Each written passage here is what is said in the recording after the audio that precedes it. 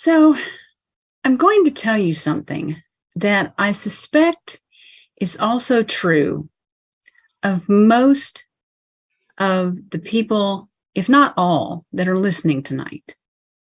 I am a natural born storyteller.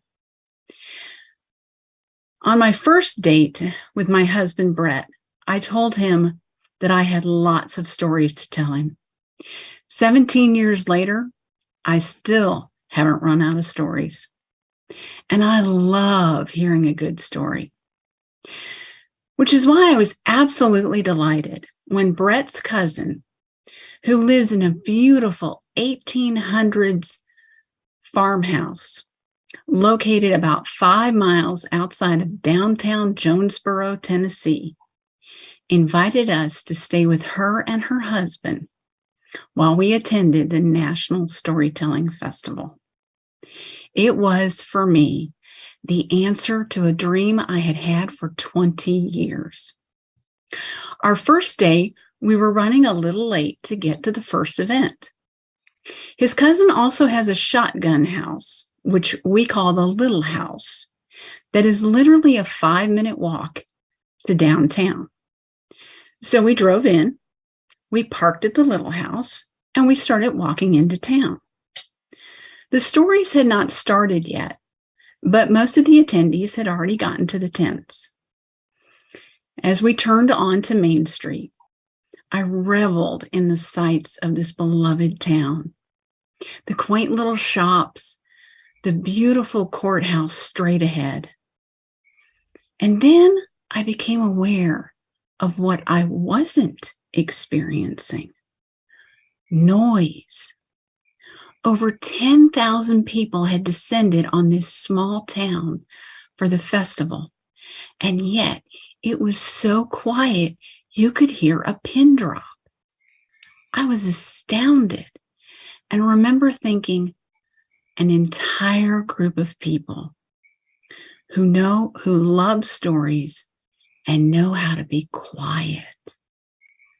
I turned to Brett and I said, "This is my tribe. These are my people." Well, that day we listened to so many amazing tellers who made us laugh, cry, and laugh until we cried. And I felt a twinge of envy. The tellers looked like they were having as much fun as the audience, and they were getting paid to do it. I wondered what it would be like to be up on stage telling stories.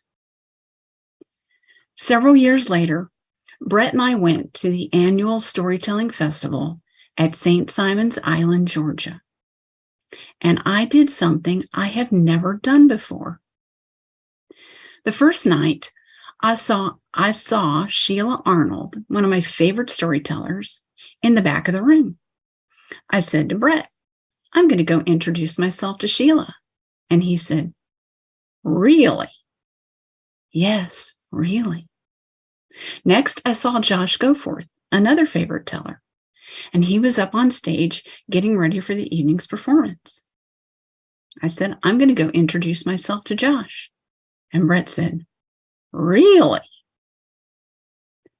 The next morning, Andy Offit Irwin, the show's MC, announced that there would be a sign-up in the lobby for the open mic that afternoon.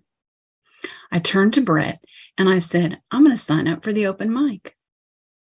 I'll give you 3 guesses, and the first 2 don't count," as to what Brett said.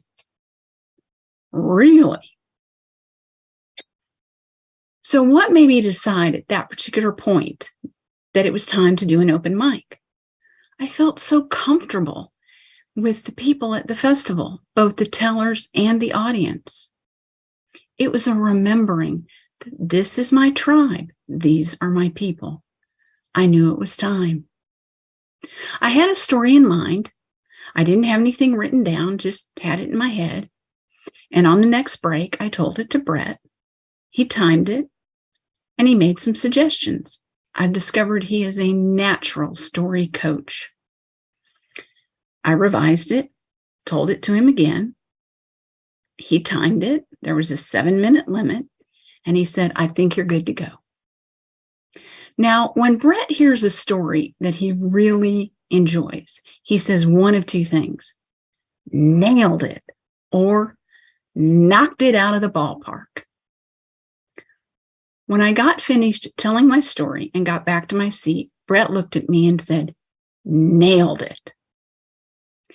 And indeed, it felt wonderful being up on stage, telling to an engaged audience. I've been telling ever since, virtual and in person. So, is it easy being a teller? Yes and no. I took a class last year from Noah Baum, a wonderful storyteller. And at the end of the class, someone said, what I've learned is how much work goes into making telling a story look easy. Noah threw back her head and just laughed and laughed. And what I've learned is that there is wonder and delight on both sides of the storytelling fence, both telling and listening. Thank you.